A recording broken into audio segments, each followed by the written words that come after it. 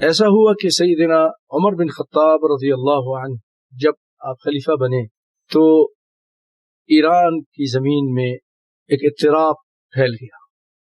ایک ڈر اور خوف کی لہر دوڑ گئی، اور مشہور جرنیل بہادر صحابی مثنی بن حارثہ انہوں نے ایران کی تازہ ترین صورتحال سے امیر المؤمنین عمر بن خطاب کو آگاہ کیا اور یہ لکھا کہ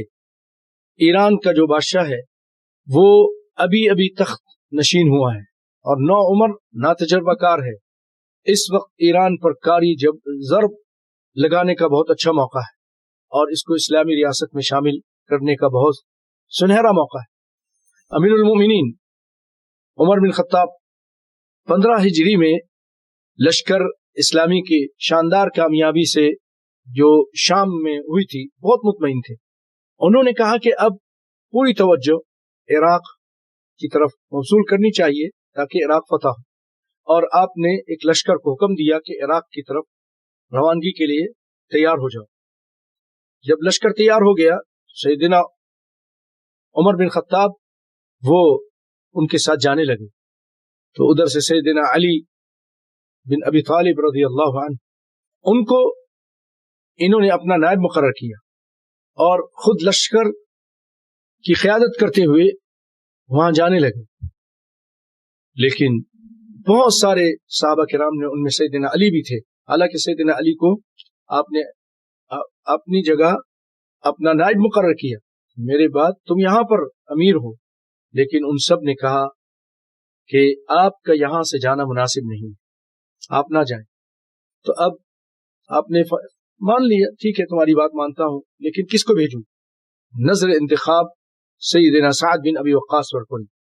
ان کو اس منصب کے لیے چنا گیا، لشکر کا قائد بنا کر آپ کو عراق کی فتح کے لیے بھیجا گیا۔ سیدنا سعد بن ابی وقاص منزلیں طے کرتے ہوئے عراق کے دروازے قادسیہ تک پہنچ گئے۔ 15 ہجری 636 کو وہاں پہنچ گئے۔ یہاں پر ایران نے اپنے ملک کے دفاع کے لیے فوجوں کو جمع کیا ہوا تھا، اور ان کے جو قائد تھا وہ رستم، جس کا نام رستم تھا،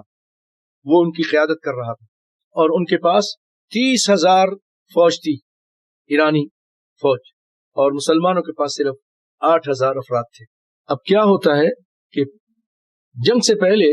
نمائندے بھیجے جاتے ہیں، تو آپ نے اپنے لشکر سے ایک آدمی کو بھیجا، اور وہ اپنے گھوڑے کے لگام تھامے اور کندھے پر تلوار لٹکائے بے نیازی کے ساتھ آگے لے کر دربار میں چلا گیا۔ یہ دیکھ کر وہ سب حیران رہ گئے کہ یہ کیسے لوگ ہیں۔ تو پھر رستم نے سعد بن ابی وقاص کو لکھا کہ میرے پاس کسی مناسب آدمی کو آپ بھیجیں جس سے میں بات کر سکوں، یہ تو ایسا ہے کہ اس کو دیکھ کر ہم ڈر گئے، کیا بات کریں، حیران رہ گئے۔ تو پھر آپ نے سیدنا مغیرہ بن شعبہ رضی اللہ عنہ، بہت ذہین فتین انسان تھے، ان کو بھیجا، اور جب رستم کے دربار میں پہنچے تو جا کر ان کے اسی کے تخت پر بیٹھنے لگ گئے رستم کے۔ تو پہرے داروں نے رستم کے برابر بیٹھنے سے روک دیا کہ مجھے پتہ چلا ہے کہ غربت اور افلاس نے تمہیں یہاں آنے پر ابھارا ہے، ہم تمہیں اتنا مال و دولت دیں گے کہ تم سیر ہو جاؤ گے اور تمہیں پسندیدہ اشیاء دے کر واپس لوٹا دیں گے۔ تو سیدنا مغیرہ بن شعبہ رضی اللہ تعالیٰ عنہ نے فرمایا کہ ہم ایک پسماندہ قوم تھے، جاہل قوم تھے، ہم بہت سارے غلط کام کرتے تھے، اللہ تعالیٰ نے ہم میں ایک نبی بھیجا محمد صلی اللہ علیہ وسلم کو، انہوں نے ہمیں اچھی باتیں سکھائیں، توحید، اللہ کی عبادت، گناہوں سے منع کیا، حرام سے منع کیا، ظلم سے منع کیا، صلہ رحمی کا حکم دیا، اس طرح کی باتیں ذکر کر کے کہا کہ ہم ان پہ ایمان لے آئے، اور اب ہم یہی دعوت لے کے تمہارے پاس آئے ہیں، اگر تم مان گئے تو ہم اور تم بھائی ہیں، اگر نہیں تو ہمارے اور تمہارے درمیان تلوار فیصلہ کرے گی۔ تو یہ سن کر رستم غصے میں آ گیا اور اس نے کہا کہ کل تک ہم تمہارا صفایا کر دیں گے، تم کو مٹا دیں گے، قتل کر دیں گے سب کو۔ تو آپ نے لا حول ولا قوت الا باللہ کہا اور وہاں سے چلے گئے۔